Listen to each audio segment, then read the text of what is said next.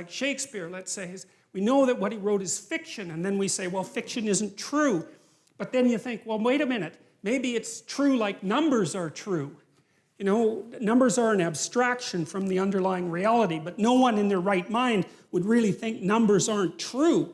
You could even make a case that the numbers are more real than the things that they represent, right? Because the abstraction is so insanely powerful. Once you have mathematics, you're just deadly.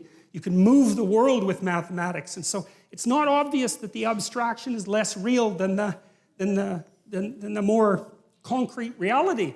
And you take a work of fiction like Hamlet and you think, well, is that, it's not true because it's fiction. But then you think, wait a minute, what kind of explanation is that? Like maybe it's more true than nonfiction because it takes the story that needs to be told about you and the story that needs to be told about you and you and you and you and abstracts that out and says, look, here's something that's a key part of the human experience as such, right? So it's an abstraction from this underlying noisy substrate, and people are affected by it because they see that the thing that's represented is part of the pattern of their being. That's the right way to think about it. And then with these old stories, these ancient stories, it seems to me like that process has been occurring for thousands of years. It's like we watched ourselves and we extracted out some stories. We imitated each other and we represented that in drama, and then we distilled the drama and we got a representation of the distillation, and then we did it again. And at the end of that process that took God only knows how long,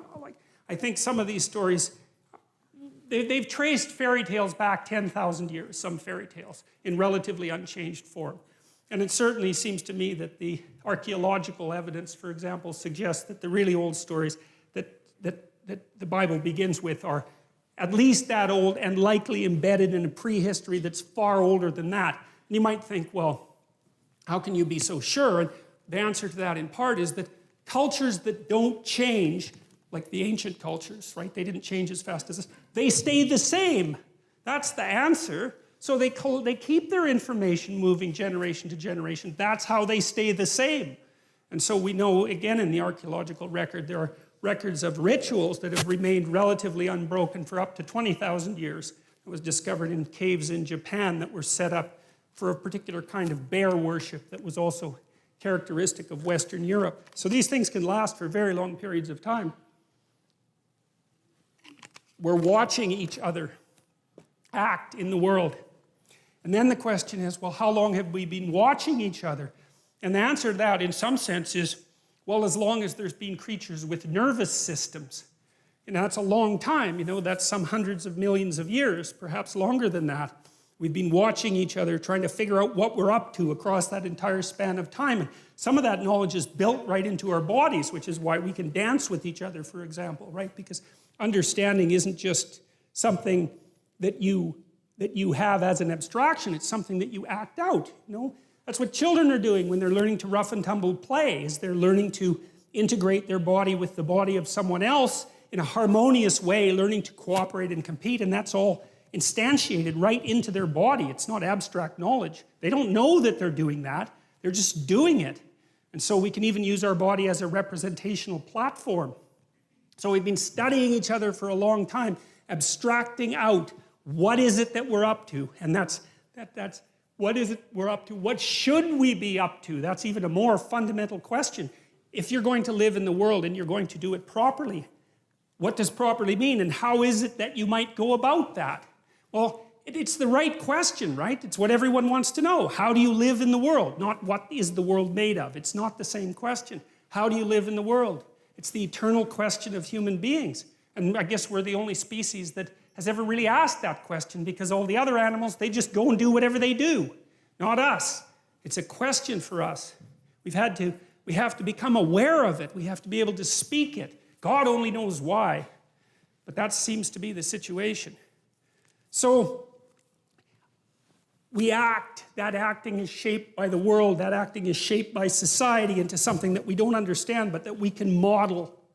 We model it in our stories, we model it with our bodies. And that's where the dream gets its information. The dream is part of the process that's watching everything and then trying to formulate it and trying to say, well, trying to get the signal out from the noise and to portray it in dramatic form, because a dream is a little drama. And then you get the chance to talk about what that dream is. And then you have something like articulated knowledge at that point. And so the Bible, I would say, it exists in that space that's half into the dream and half into articulated knowledge. It's something like that.